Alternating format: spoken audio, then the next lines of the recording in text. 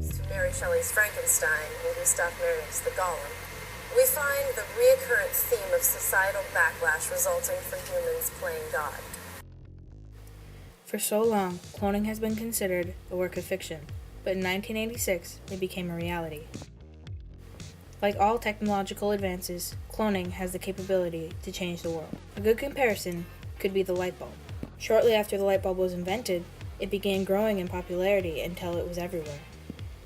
Could the future for us be full of clones, and how would people react to Like a them? real live double of someone. Ooh, not so sure that would go over real big. The first successful clone was a sheep named Dolly. Just one, the life and death of a single sheep hardly seems to matter. But when the sheep is named Dolly and she is the only successful clone out of 277 attempts, and one whose relatively short life is clouded by frailty and illness, mankind is bound to take note. The possibility of human cloning has been argued due to the tough life of Dolly the sheep. But that hasn't stopped other animals from being cloned. Almost every animal imaginable has been cloned at one point or another. In some areas, cloned cattle has been sold for meat. This upsets some people because the meat does not need to be labeled as cloned.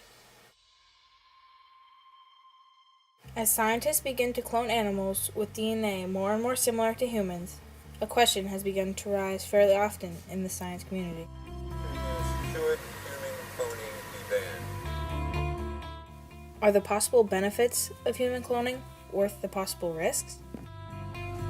Well, I don't think there's any good with, the idea of human cloning of producing exact copies or exact originals of anybody would be a good idea. It is completely opposite of anything that's happened normally in biology. It's so important to have diversity in reproduction, and it is cloning would absolutely prevent that. Cloning is a new technology. Responsible cloning would come as an answer to age-old societal needs and desires. Cloning would fulfill needs that are not new. In fact, cloning would more effectively accomplish what reproductive and medical technologies aim to accomplish. Some people believe that cloning can be used for evil. Many compare it to the Holocaust and think it could be used to glorify certain ethnic groups. However, supporters believe that by closely regulating the use of cloning, that they can avoid these problems. When, not if, scientists finely tuned the cloning procedure, and may I emphasize, so that it is safe and effective for human use, then reproductive cloning should be made available under only one condition. Reproductive cloning should be made available to only those who are unable to reproduce in any other fashion. Supporters believe that human cloning could lead to the ability to grow vital organs or tissues that could save lives. I think real advantages of cloning that's going on in a lot of research universities is the idea of being able to create certain types of, and by using stem cells, being able to create certain types of tissues and things that can be used for organ transplants or to fix you in case you have a severe injury, like for instance new skin and things like that, and again for transplants, because what they can do is they can create some tissues and even some organs. This is usually the argument that causes tension. Is it worth risking lives to save other lives? Then I would have to say it's maybe worth the risk. Lots of people could benefit from all the organs that might be possible. To stop the possibilities of human cloning, some people attack animal cloning as well.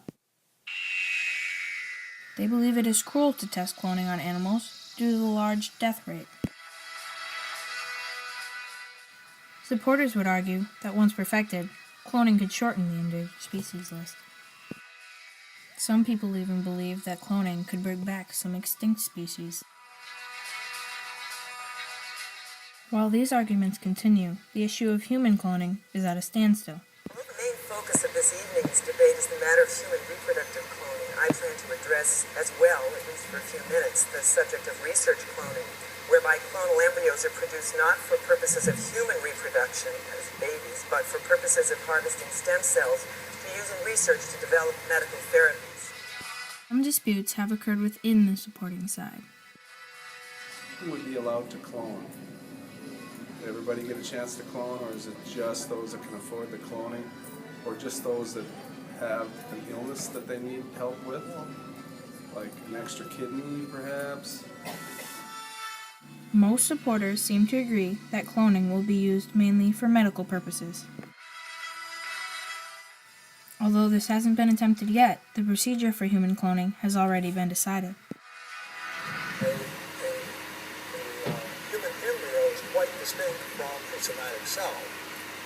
When cloning occurs, if you ever clone a human individual, all you would do is take the somatic cell and then join it to an enucleated ovum, add electrical or chemical stimulus, and then once that is done, the somatic cell and the enucleated ovum no longer exist. They cease to exist, and they give rise to a new and distinct organism now, which is a human embryo, which then begins to grow in the same way in which other human embryos grow.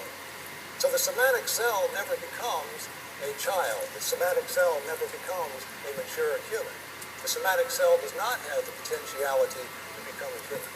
Rather, its constituents, we can do something to it, so its constituents enter into a human embryo, but it itself does not have that potentiality. But a human embryo has within itself the active propensity to develop itself to the mature stage of a human organism. Both sides of this argument have reasons. Supporters believe that benefits such as organ replication are worth the risks. Opposed believe that the possibilities of disorders make cloning unethical. Is that some of the cloned animals don't live as long. Some of them get to be a little bit more susceptible to some certain kinds of diseases and things. The question remains, should human cloning be banned or not? And what impact could cloning have on our future?